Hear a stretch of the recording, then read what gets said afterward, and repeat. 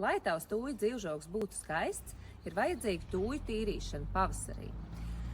Šeit mēs redzam, man ir smukas zaļas tūjas, un no malas skatoties liekas ar viņām arī ir viss pilnīgā kārtībā, bet tad, kad mēs pavaram šeit te tūjas vaļā, tad mēs ieraugam to, ka šeit mums ir ļoti daudz nokautušas, nobrūnējušas skujas.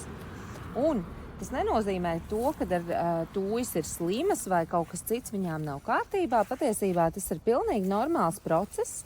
Tieši tāpat kā lapu koki, arī skuju koki maina savu skuju. Un šīs te visas brūnās skujas vajadzētu ņemt un šādi te ar rokām tīrīt ārā. Jo kāpēc tas ir nepieciešams?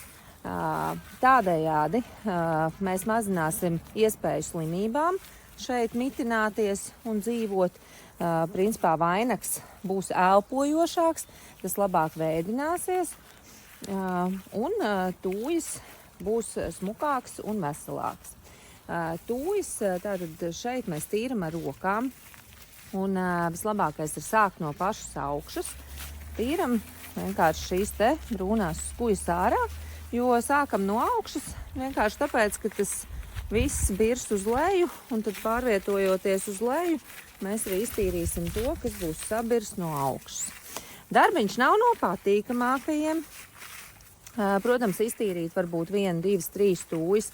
Tas nav tik traki, bet, ja ir vesels dzīvžogs jāiztīra, tad, ja to tā var ieplānot, tad labāk šo te darbu sadalīt būtu vairākās daļās. Teiksim, apņemties katru nedēļu iztīrīt kaut kādu skaitu ar tūjām. Un tā izskatās iztīrīta tūja.